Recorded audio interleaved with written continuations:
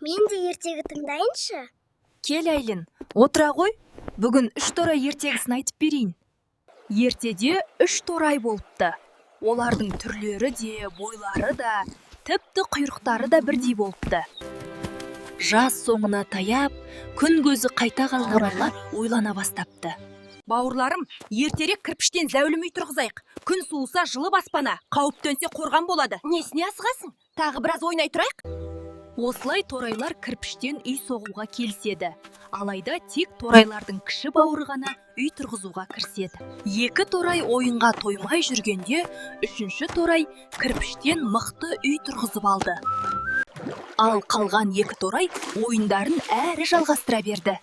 Тағы біраз ойнап алайық. Ойнай, ойынға тоймаған торай тез арада сабаннан үй тұрғызып, қайта ойынға кіріспек болды. Торайладың ортаншы бауыры да көзді ашып жұмғанша шарбақтан үй тұрғызып алды. Қайта ойынға кіріскен торайларды көрген қасқыр торайларға тап береді. Торайлар қаша жөнеледі. Зәре құты қалмаған үлкен торай өзі салған сабан үйіне жасырынады. Қане торай, есігіңді аш. Әйтпесе мына сабан үйіңнің быт-шытын шығарамын. Жоқ, ашпаймын деген торайдың жауабына қасқыр ашуланады да бар күшімен сабан үйді бір үрлейді. Сабан үйі қираған үлкен торай ортаншы торайдың шарбақ үйіне жасырынады. Енді қасқыр шарбақ үйге келіп жасырынған 2 торайға есікті ашың деп ақырады. Торайлар ашпайды. Ашуға мінген қасқыр шарбақ үйді бар демімен үрлегенде, үйлері қираған 2 торай кенже бауырларының үйіне қашып келеді.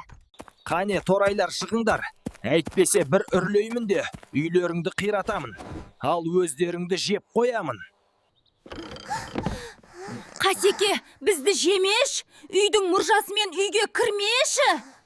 Осылай торайлар қасқырды алдап үйдің мұржасына шығармақ болады. Ал өздері үйдің ішінде пешке от жаға бастайды. Қасқыр мұржадан түсе берген сол еді. Қайнап тұрған қазанға тап болады да, қазаннан шыға алмай қалады. Осылай торайлар қасқырдан құтылыпты және ұзақ та тату тәтті өмір сүріпті. Балаларым, сендер де тату, тәтті және еңбекқор болсаңдар, кез келген қиындықты жеңіп шығасыңдар.